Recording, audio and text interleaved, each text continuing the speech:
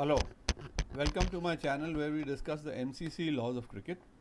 Today we will be talking about Law 24, Fielders' Absence and Substitutes. Now, I come from a time in the game where there was free substitution. There were no restrictions of any kind, and as it was originally intended that the substitution law was intended to as a facility to players of both sides to avail of if they are injured or are ill during the course of the game, they can avail the services of a substitute, and that would enable them to recover and fully participate in the game.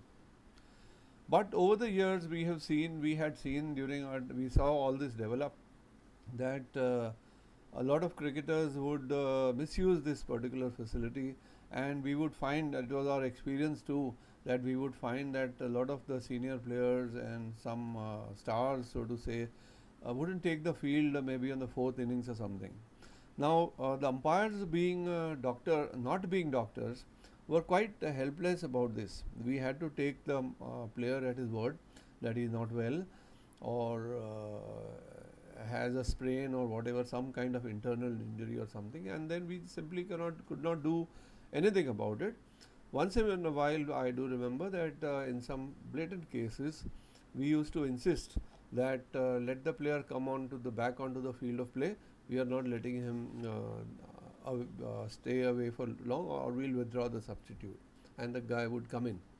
But because of the misuse of players of this particular facility, over the years we have seen that this facility gets restricted, and now it has come to such a pass that even if a minute the player is off the field, he has to come back and serve that much time on the field of play before he can bowl, and now there are batting restrictions also.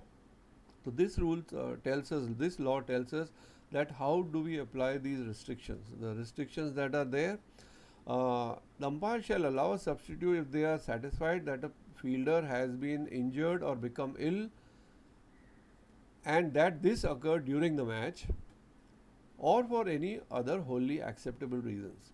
It is illness or injury which has occurred during the match. Now, I'll take you back to Appendix A, where you must look up the definition of during the match, which says that after the toss till the end of the match.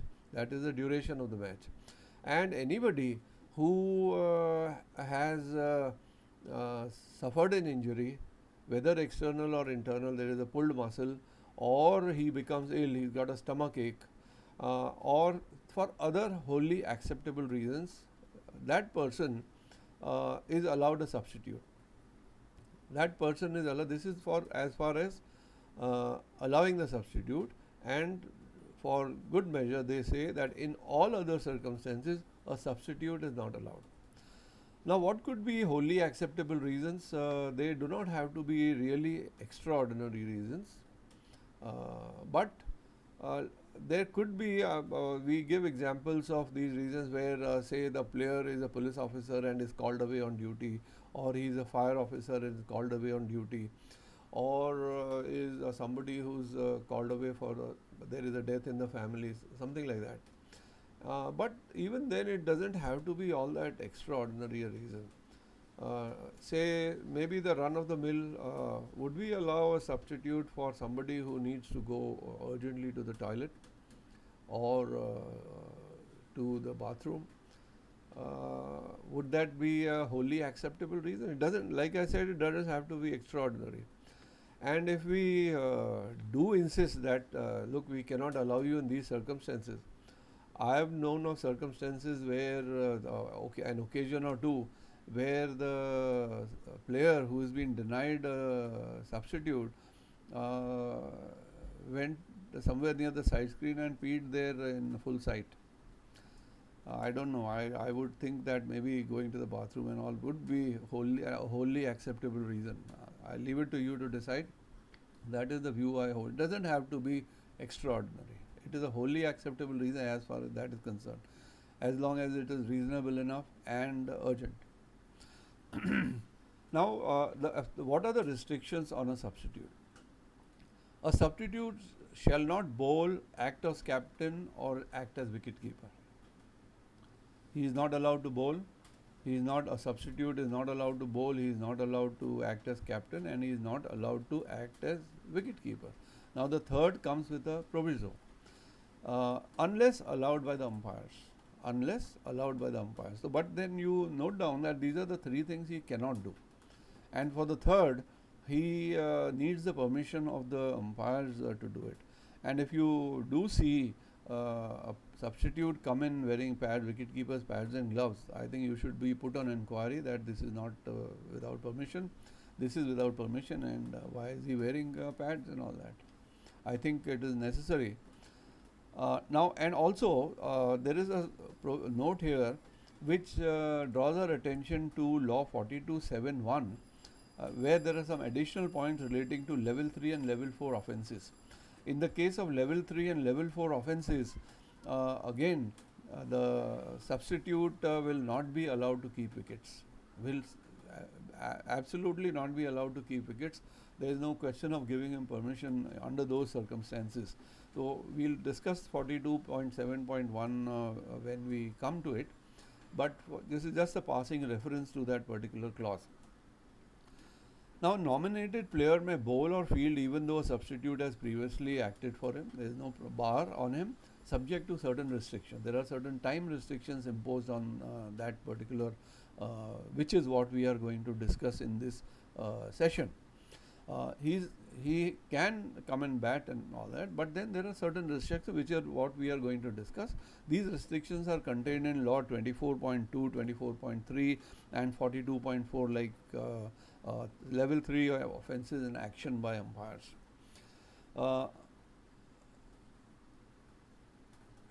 Fielder absent or leaving the field of play. Now, coming to the basic law,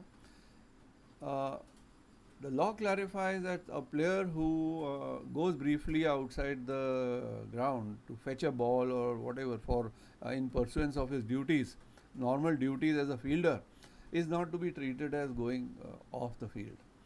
So, we must ensure that he is actually informed us and then he is gone off. But these casual leaving the field for fetching the ball and all that is not leaving the field within the meaning of this, and therefore not penalized. If a fielder, now coming to the basic law, if a fielder fails to take the field at the start of play, he doesn't have to be leaving, he fails to take the field at the start of play or at any later time, or he leaves the field during play, under all these circumstances, an umpire shall be informed of the reason for his absence. It is essential that the umpire know the reason for his absence. If somebody sees somebody go off, he should be put on inquiry and ask the captain, why is he leaving? Nobody has told us anything. Why is he leaving? Because on the basis of his reason, you will either allow or not allow a substitute. So, therefore you need to know the reason.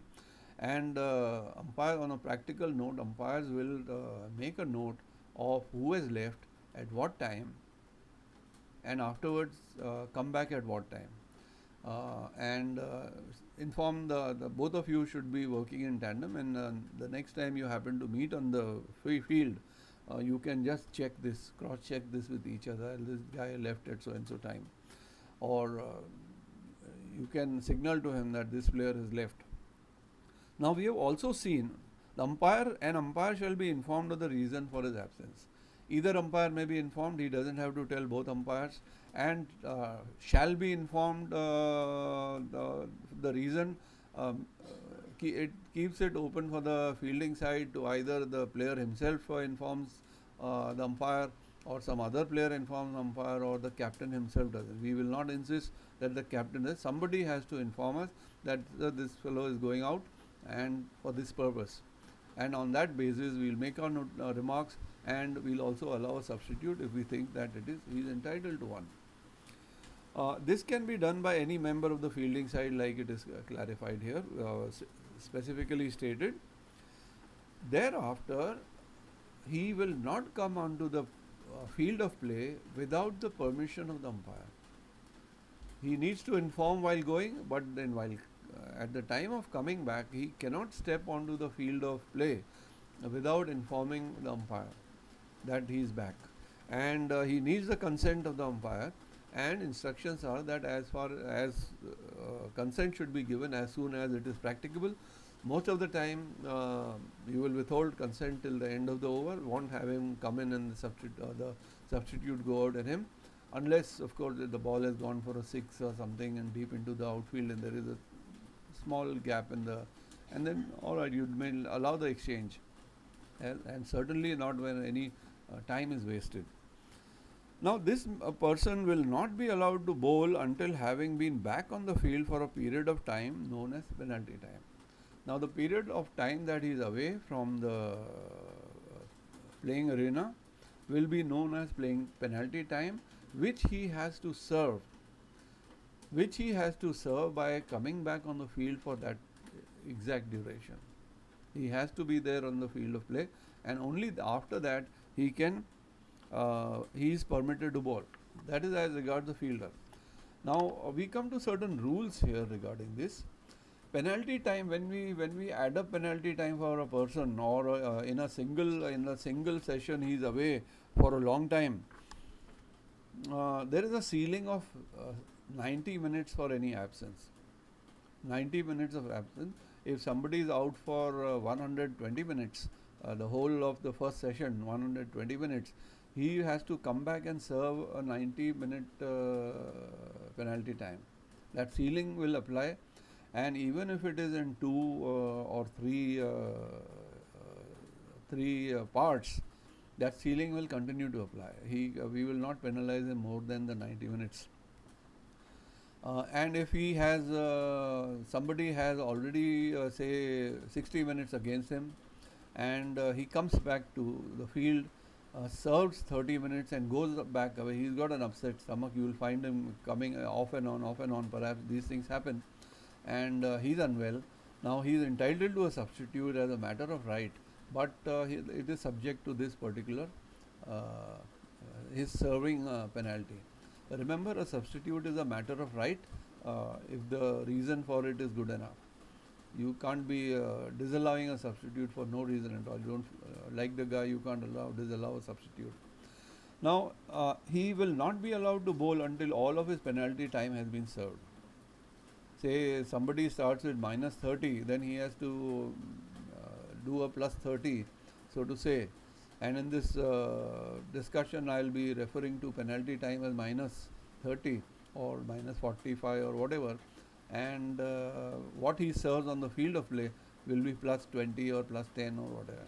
Okay? Just so that we are clear as we go along. The amount of which is off the field shall be added to any. Now he has been away for, he is minus 60 and he comes back. He serves 30 minutes, so he is plus 30 and he goes back. Now he carries that minus 30, and now whatever time he is again off the field will be added to his minus 30. And if he comes back about 15 minutes, he will start with minus 40. I suggest umpires can make this kind of notation in their diaries, because minus and plus to distinguish between what are those timings. He's come back, he served and what not.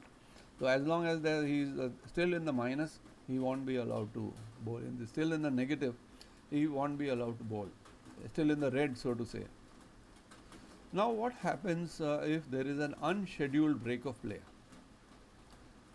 What happens if there is an unscheduled break of play? Now an unscheduled break of play is a stoppage or interruption in play, whatever is unscheduled. It is an unscheduled break of play.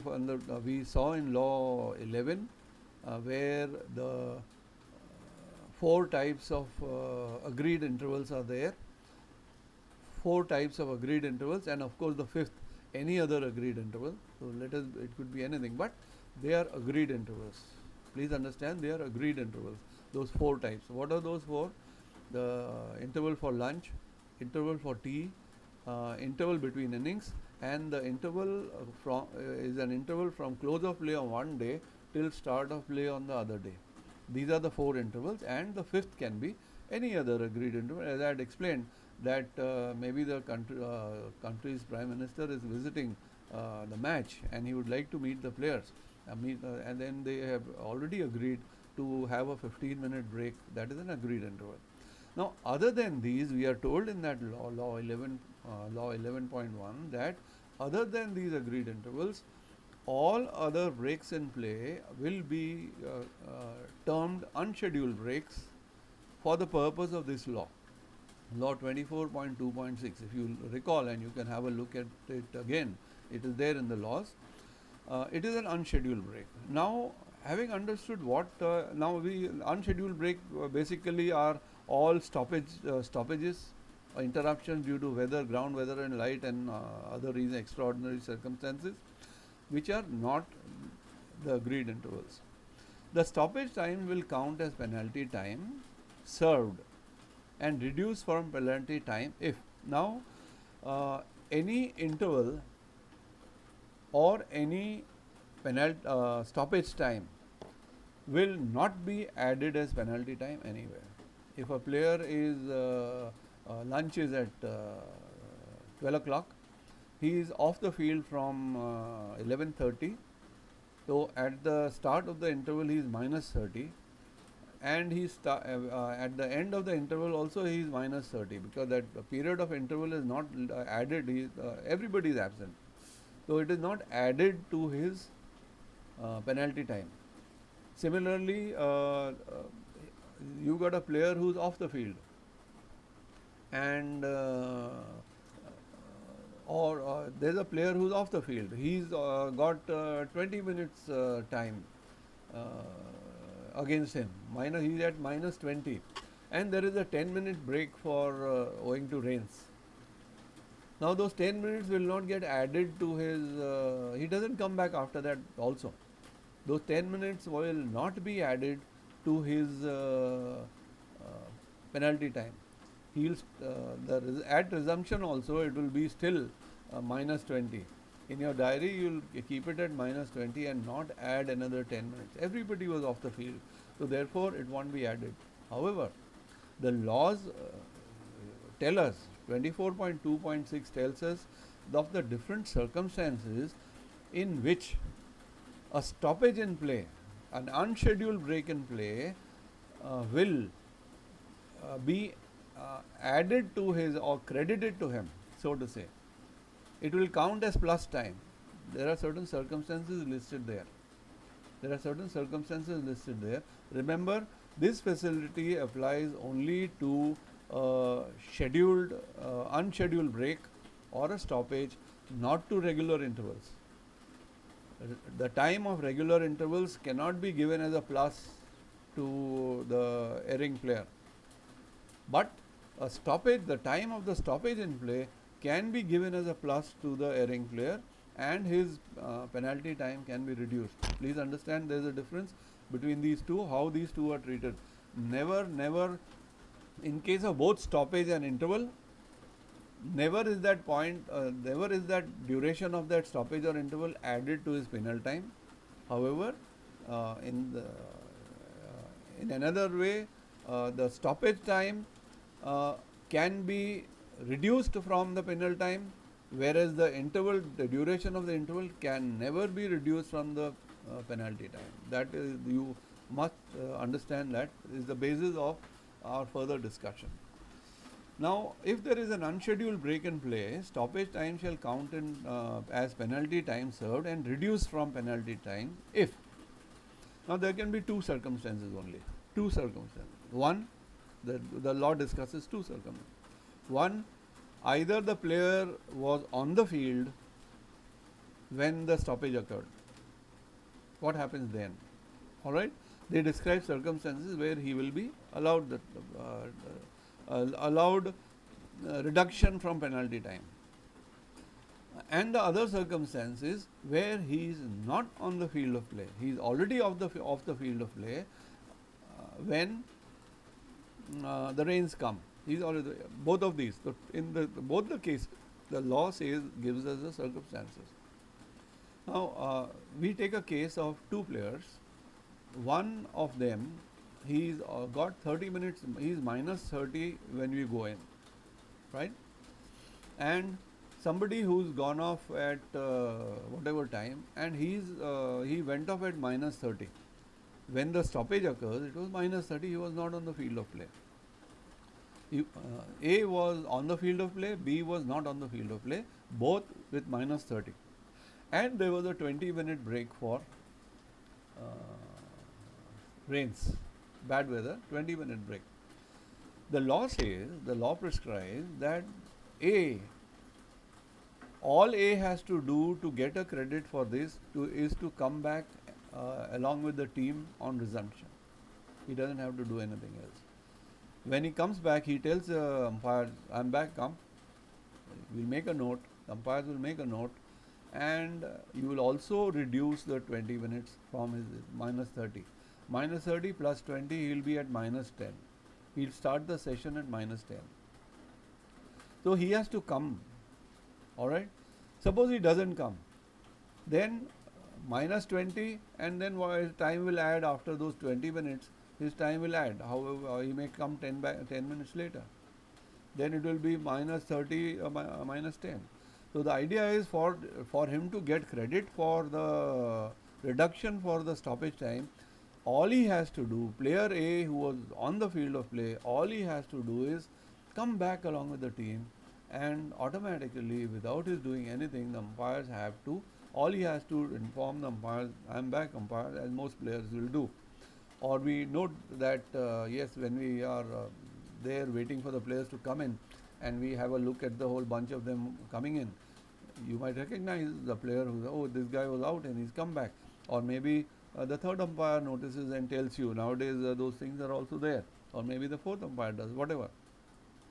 I think we ought to not leave it to the third and fourth umpire, but we should be really alert. But then the team can, any person in the team can inform us.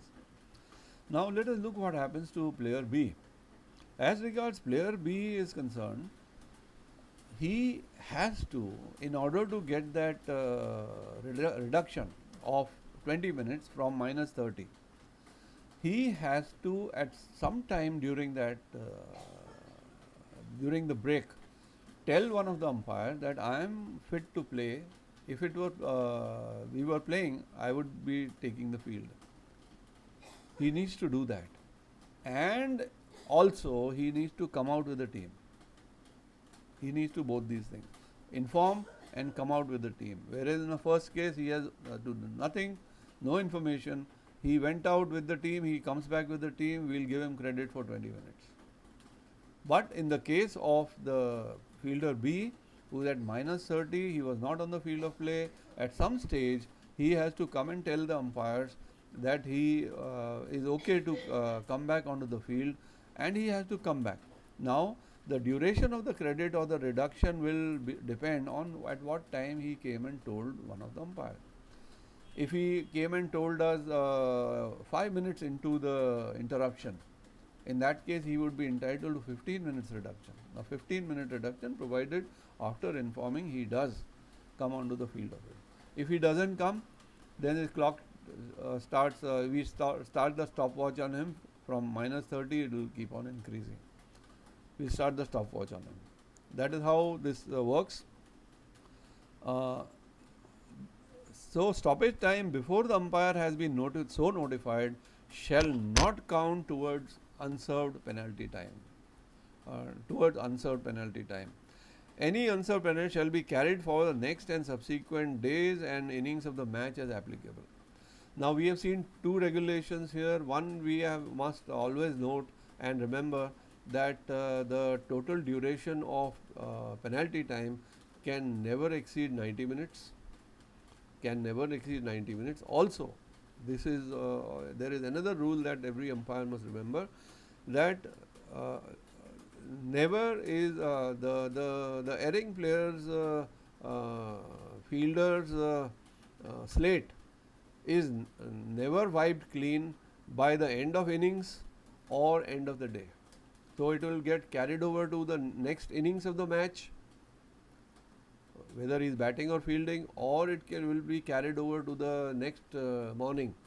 If he is minus 30 on day 1, he will start at minus 30 on day 2. If he is minus 30 at the end of an innings, for the next innings he is at minus 30. There is no the end of innings or the end of the day's play does not wipe out his slate clean up. He doesn't start the day with a clean slate. This is an important regulation we must note. Earlier this would start of innings and this would wipe out the slate. Now after this, now and here if a fielder has committed a level 3 offence under law 42.4 and is suspended, if he takes the field at the end of the period of suspension, the period of time of suspension shall not be added to any unserved period penalty time. Now here it is something interesting. A fielder has committed a level 3 offence under 42.4, that he is suspended. If he takes the field at the end of the period of suspension, the period of suspension shall not be added to any unserved time. Otherwise, it will be added to unserved penalty time. Now, say for instance, this man is 15 minutes minus 15 and he is suspended. That suspension is of 10 overs, however long it may last. However, 10 overs might last maybe 30 minutes or whatever. Let's take it as 30 or maybe 40 minutes. It lasts 10 over suspension, lasts 40 minutes. If he fails to take the field after his suspension, we will be actually adding unserved that period of suspension to unserved penalty. He will be clocked as minus say it is 40 minutes. I said 10, did I not? Minus 10 plus minus 10 minus 40, he is now at minus 50. And when he is not come, the stopwatch goes on. The stopwatch goes on. So this provision is something we must make a note of. A suspended player will have his suspension time added if he doesn't take the field. Alright. Now if a level 3 player under 42.4 offences and actions by umpires is committed by a substitute. Sometimes an offence is committed by a substitute for which the penalty is also borne by the main player, the nominated player. Here the rules say the period of suspension shall not be added to any that remains unserved. If the nominee takes the field, however, any time spent off the field prior to the offence causing the suspension will remain as unserved penalty time, subject to 24.2.3. The period of suspension shall not be added. Let us understand this better. If the nominated player takes the field at the end of the period of suspension, at the end of the period of suspension shall not be added to any penalty time that remains unserved. So we have a substitute and a nominated player. The nominated player was off, it will not be added. However, any time spent off the field prior to the offence causing the suspension will remain as unserved penalty time. It will not be added, but it will remain as his minus 10 will remain. It will not be added if he takes the field. It will not be added and his minus 10 will remain. If the nominated player does not take the field at the end of the period of suspension, then the entire period of his absence will be treated as penalty time to a maximum of 90 minutes. So again, both of them are treated quite the same, where the fielder himself is the offender, and here where the nominated player is off the field because of an offence committed by the substitute. In both these cases, if he doesn't take the field, period of suspension will be added. If he doesn't take the field, period of suspension will be added in both these cases. So it will be minus 10 plus minus 10 minus 40 is minus 50, and same with the other part, the nominated player through a substitute. It will be treated the same. Penalty time not incurred. Now, when is penalty time not incurred? There are certain circumstances under which a player is exempted from playing penalty time. Now, a nominated player's absence will not incur penalty time. He is away from the field of play, but he is not subject to penalty time if he has suffered an external blow during the match. External blow during the match. Again, we know what is during the match, from the toss till the end of the match. And as a result, has justifiably left the field. Either he has left the field, or he is unable to take the field. Remember, the injury external blow doesn't have to be on the field of play. It does not have to be on the field of play. It has to be during the match. Even during it can be in the evening at practice, or it may be in the hotel room. He suffers an external blow of which we are told, and this person will not suffer penalty time, and because of that the next morning he is unable to take the field. We are informed he fell down in the bathtub and injured his knee. Now that is an external injury. We'll allow him that exemption. Or in the opinion of the umpire, the player has been absent or left the field for other wholly acceptable reasons. When the player leaves the field for wholly acceptable reasons, again there he will not suffer penalty time. These are the two exceptions there. And of course that will not exclude illness, or wholly acceptable reason will not include illness or internal injury. So what we are faced with is that an internal injury will always carry or illness will always carry the penalty time, whereas an external injury through an external blow at all times during the match, from the time of the toss till the end of the match, till the conclusion of the match, which is what during the match is defined, and it does not have to be on the field of play. So they say that justifiably left the field, or is unable to take the field of play. Fine.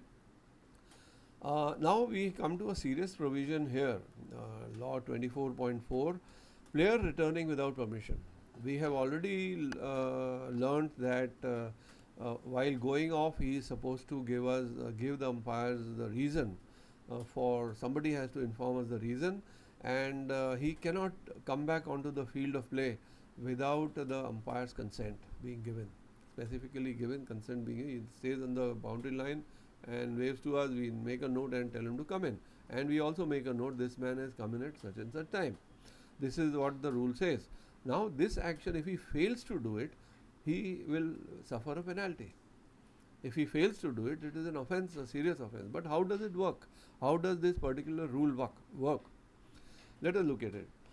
If a player comes onto the field of play without the permission of the umpire, in contravention of 24.2.2 where the regulation is, and comes in contact with the ball while it is in play, the ball shall immediately become dead is one thing. Then the umpire shall award 5 penalty runs to the batting side. Umpire shall, that is a 5 run, automatically the ball becomes dead when that offence occurs, and award 5 penalty runs to the batting side. So look at some of the features of this particular law. His merely coming onto the field of play is not the offence, but after having coming on, it is the basis of the offence.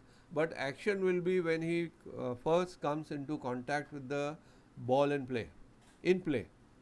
If the ball is not in play, we know that when the ball becomes dead, and suppose the ball in the interim is passed to him, and that will not attract the penalty action.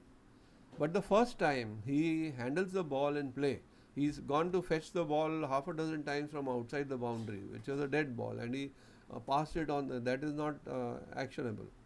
But the first time he handles the ball that is in play, he is supposed to be penalized with 5 penalty runs will be awarded.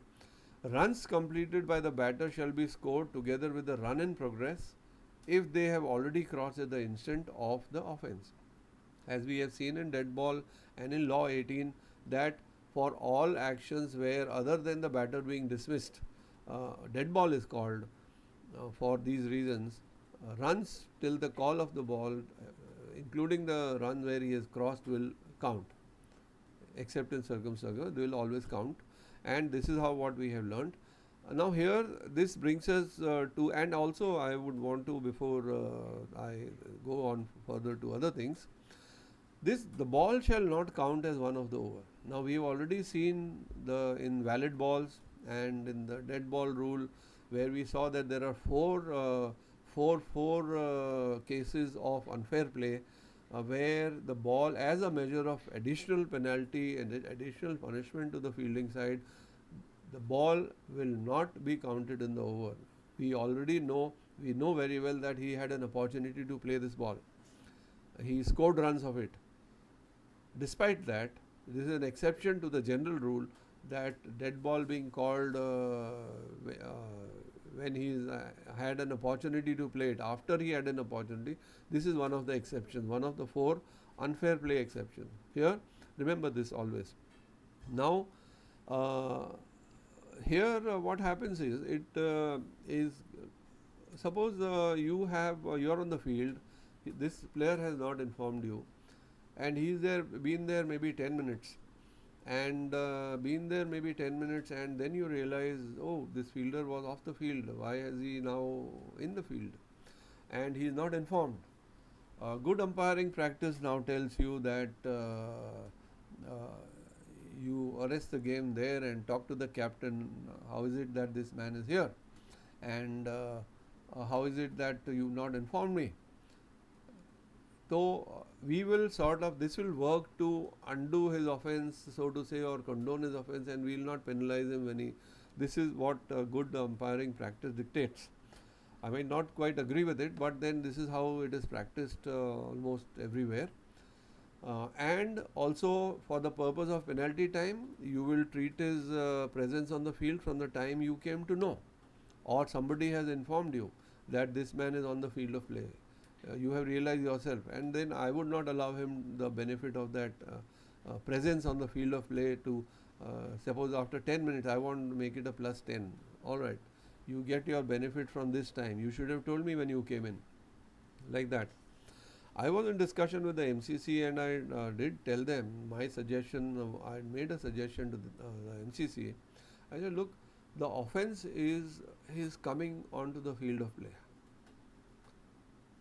The offence is coming onto the field of play. Why couple it with this business of handling the ball, coming in contact with the ball in play? Why at all? The minute you realize that this man is illegally on the field of play, award a 5-run penalty. That is what I had suggested. I still feel that is how the rule should be applied. Under no circumstances, he's committed an offence, and are then condoning, so to say, as per good umpiring practice, condoning it, and he is allowed to go free, scot-free, after having committed the offence. It doesn't quite gel. I had suggested that the minute you realize, oh, this fellow wasn't on the field of play, now I see he's there, nobody informed us, the 5-run penalty should apply, is what I had suggested, but maybe it is under consideration, but I do not know. But it certainly has not come in the third edition 2022. It was before that I suggested. Now, having understood that the ball shall not count as one of the over, the umpire shall inform the other umpire and the captain of the fielding side, the batters, etc. Captain of the fielding side will be on the field. Follow the procedure.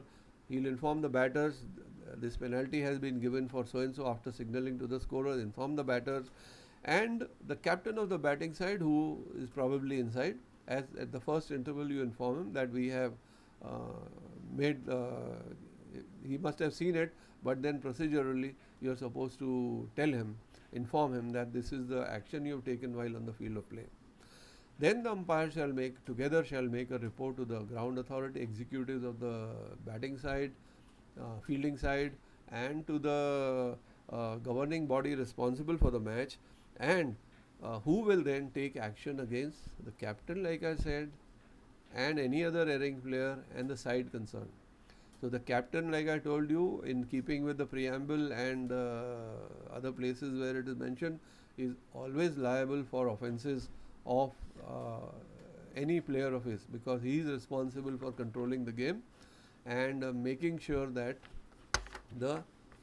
his players abide by the laws and play within the spirit and the letter of the law. So this sums up our law 24 fielders, absence and substitutes. This is something that will be applied by umpires on a daily basis, and you should be very clear about how you are going to do it. And you must put your notebooks to good use. There cannot be a lapse with this regard. Don't depend on anybody else. Cross check with each other is what I suggest. Cross check with the scorer. You can tell him, please make a note of when he goes off, and when you leave the field for the lunch interval or whatever, drop in at the scorer's table, check with him, yes, this fellow went out at so and so time, and please note what time he comes back. So similarly, this kind of you will have to keep your working smooth as regards this, so that you do not end up necessarily penalizing somebody, or somebody bowls an over without having finished his penalty time. So this in the next episode we will be talking about law 25, batters, innings and runners. Batters, innings and runners. Fine. Bye.